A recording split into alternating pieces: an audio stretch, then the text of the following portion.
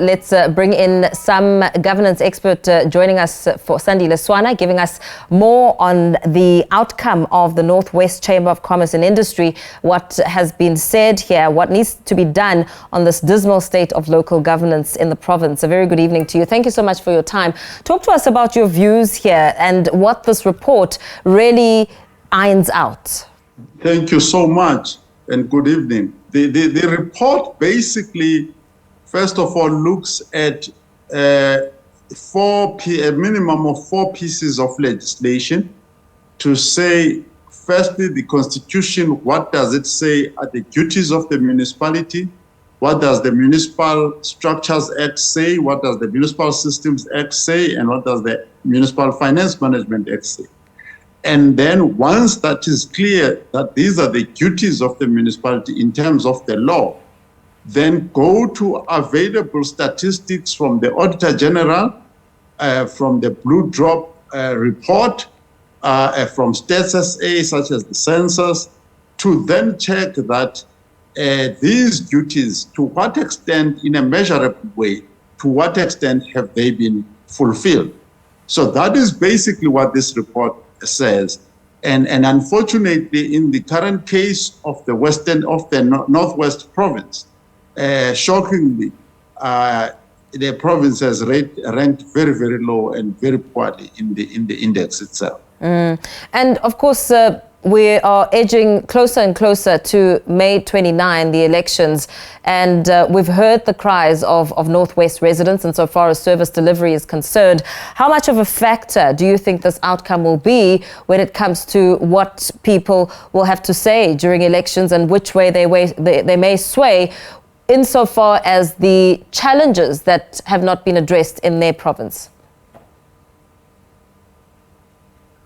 Yeah, I think that we have to accept that when you look at the many statistics over time, let's say from 2009 until today, you can see trends where the people of South Africa have tended to reduce the votes that they give to the African National Congress across provinces. This is one of the rural provinces, the Northwest. There's not even one metro there. So you will expect that the ANC may, through some good luck, maintain that province and retain it because of its rural character, but the votes will still go down. When you go back to the reports of the same Chamber of Commerce and Industry, you notice that, they even say that because of the amount of service delivery protests historically, you have to be careful if you have a business meeting to travel to that. You check first whether it is safe, because the amount of service delivery protests are there. And some of the academics in that province are saying it is a crime scene. You talk about business meetings, but we know, of course, that the municipality in itself is key in ensuring that businesses do thrive and that the state of economy within the province is one that is conducive. How much work needs to be done, just looking at the outcome of this report, in ensuring a viable economic climate in the Northwest? Yeah, I think that, Northwest is well known to have started to lose in investors, companies that were already invested there because of the roads that are full of potholes, lack of water, lack of regular supply of electricity, and so on. So, for instance, in Lichtenberg, Clover disinvested and left. So that is well established. And now, in some of the reports, you discover that the number of people who are unemployed started to exceed those who are employed, and so on and so forth. So now, when somebody says some municipalities have moved out of administration, maybe they may move out of administration to a level of dysfunction, because once you damage a municipality, it takes a number of years to repair the functioning of the municipality. We're not yet even talking about the repairs to the infrastructure, such as water and sanitation infrastructure, the roads themselves, and all the other basic services that need to be delivered by a municipality. So you are talking another 10 to 20 years of recovery. Once you've done the damage, it will take you 10 to 20 years of recovery. Even in the Northwest, that is what is going to happen. Yeah. But besides the elements of corruption factoring in here, can we also jot it down to a matter of policy? Are the policies good? Is it a matter of implementation and the factors of corruption? Or is there room for an adjustment, an amendment of policy?